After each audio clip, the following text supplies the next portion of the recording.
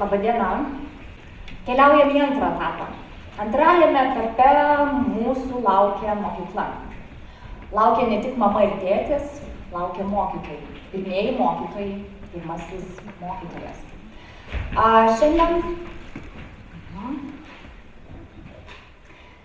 Šiandien kalbėsiu apie tai, kad iš tikrųjų mes susipažintumėm visi ir sužinotumėm, kas vyksta mokykloje. Kas yra svarbu, nes mokykla keičiasi ir labai svarbu žinoti mums tėvams, kas joje vyksta. Mano tematikoje šiandien yra du raktiniai žodžiai – akademiniai rezultatai, tai yra žinios, ir asmenybės ugdymas. Noriu apie tai su jumis padiskutuoti ir atsakyti. Kasgi visgi svarbiau? Ar vieną, ar kitą? Ar galima abu dalykus suderinti? Kokia mokykla buvo iki 21 amžiaus? Mes visi pamename, mes joje mokėmės. Ne? Buvo stipri orientacija į rezultatus, į žinias, į mokymą. Mūsų rezultatai iš tikrųjų matuojami buvo testais, egzaminais. Mokytojas buvo pagrindinis, kuris viską žino. Mes turėjom pakartoti, išmokti ir realiai viskas vykdavo atkartojant žinias. Akademiniai rezultatai buvo svarbiausi. Tačiau mokykla keičiasi ir pasižiūrėkime, kas iki 21 amžiaus mokykloje ir būtent klasėje vyko. Mokytojas svarbiausias, mokytojas instruktuoja mokinius, pagalba iš tikrųjų buvo sunkiai prieinama tada, kada reikalinga vaikams. Vadovėliai, pratybos, sąsiuviniai, visiems žinios yra pateikiamos vienodai. Nedirbama su individualiai kiekvienu vaiku, o dirbama su visa klase. Kitoks moksleivių elgesys nebuvo toleruotinas. Iš tikrųjų, tokie vaikai ir dabar vadinami neypatingai patogiais vaikais. Namų darbai, klausimai nuo iki, viskas aišku, išmokstam, ateinam atsiskaitom. Orientacija žinias yra rezultatus. Tačiau ateitis yra pablogą. Mes ruošiam mokinius, tikimės iš mokinių tokių dalykų, kurie galbūt netgi dabar neegzistuoja. Kokia ateities formulė ir kokių gebėjimų ateityje reikės? Atsispirdami nuo to turime žiūrėti, kas turi vykti mokykloje. 21 amžiaus gebėjimai. Pasižiūrėkime ir dėkime mintyse pliusus, ką mes turime, o kur galbūt reikėtų dar patobulėti ir pasimokyti. Baziniai gebėjimai, kurie iš tikrųjų reikalingi atlikti visiems įmamiesiams dalykams, kuriuos mes dirbame kiekvieną dieną. Atsiranda kritinis mąstymas, problemų sprendimas, kūrybiškumas, gebėjimas komunikuoti, kalbėti, susikalbėti su įvairiausio rango žmonėmis. Smalsumas, iniciatyva, atkaklumas, gebėjimas prisitaikyti, lyderystės gebėjimas. Galvojant apie tai, ar prieš tai apie tą mokyklą, kurią kalbėjom, gali paruošti tokius žmonės, kuriems reikės tokių įgūdžių. Jeigu žiūrėtumėm į 5 įgūdžius, kurie dabar yra, sakykime, tie populiariausi ir jų reikės mūsų vaikams, pasižiūrėkime, ar tarp jų yra žinios. Yra problemų sprendimas, kritinis mąstymas, kūrybiškumas, inovatyvumas, IT naudojimas. 5. Jeigu pažiūrėtumėm 20, tai iš tikrųjų būtų žinios paskutiniai vietoj. Bet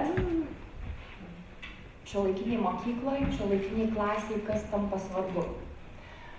Mokytojų ir mokytojo bendradarbiavimas atsiranda. Mokytojas šalia vaiko padeda, atsako, pataria.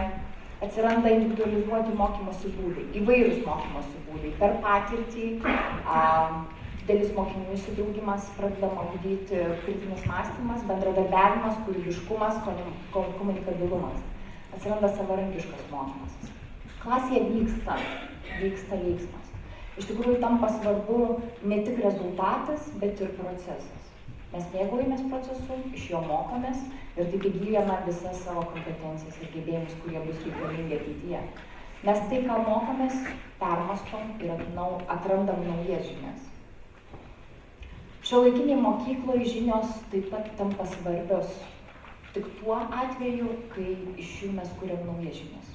Perrekonstruojam, apmąstom, įsisavinam ir kuriam naujus dalykus. Mokytojas remiasi patirtimi ir mokymasis vyksta visur ir visada su vaikais. Refleksuojama, analizuojama, atsiranda daug tarpdalykinių žinių. tampa ne tik svarbus akademiniai rezultatai, bet ir asmenybės ugdymas.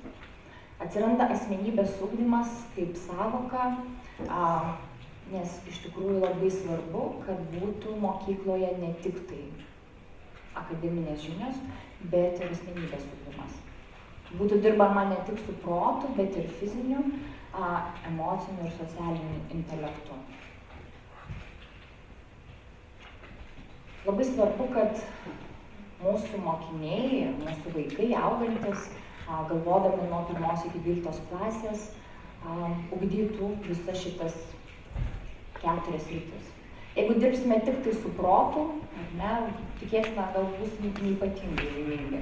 Jeigu vien tik tai dirbsime su fizinės savo kūnu, vien tik tai sportuosime, bet galvoje nieko neturėsime, irgi bus ne kažką, ne? Todėl svarbu, kad šitos dalys būtų suderintos tarpusavyje ir mokykloje būtų apie tai kalbama, galvojant apie asmenybės ugdymą. Akademiniai rezultatai, jie tampa svarbus. Tik ta prasme, kad iš tikrųjų mums leidžia įsivertinti, kurioje vietoje mes esame. Kad mūsų žinios būtų įvertintos ir tai mūsų būtų toliau pagal tai formuojami tikslai.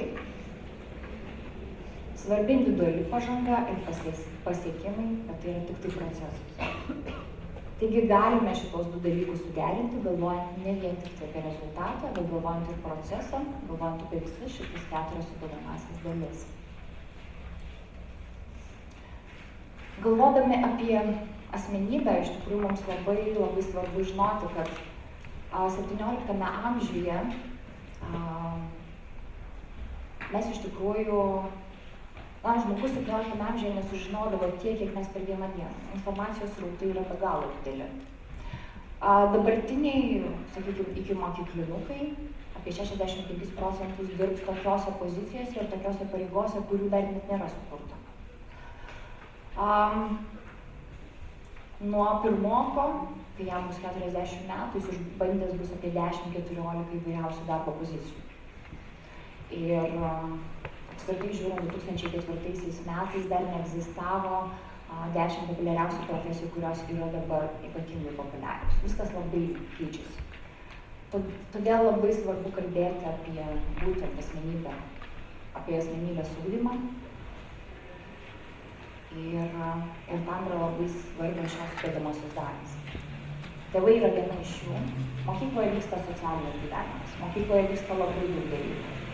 Mokytojai atiduoda save visą, tačiau šalia yra šeima, kuri ugdo nuo pat pradžios vertybės, kurios atsinešamos į mokyklą, kurios yra svarbios visus 12 metų.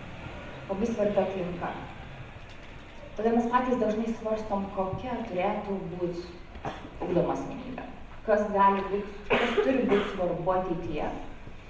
Ir iš tikrųjų mes esam kartu su mokytojų komanda pagalvoję, kad iš tikrųjų tai turi būti asmenybė turinti labai stiprų vertybinį pagrindą. Asmenybė, kuri atradusi savo kelią per 12 metų, žinanti savo stipriasias puses ir žinanti, kur toliau keliauti, ką rinktis, ką studijuoti, turinti labai stiprią motyvaciją, gebanti nuolat mokytis ir kurti valstybės ateitį. Kūrybiška, apie tai, ką gal žiūrėjom ir matėm, kokie gebėjimai reikalingi 21 amžiuje, kūrybiškumo niekur, iniciatyvi, atkakli, smalsi ir besidominti, komunikabili, bendradarbiaujanti, turinti visapusišką žinių pamatą, gebėjimus kurti naujas žinias, nebijanti iššūkių, nebijanti prisitaikyti. Tai jeigu mokykloje būtų vien tik tai akademinės žinios, tikėtina visų šitų dalykų neišugdytume. Tai yra stipri asmenybė.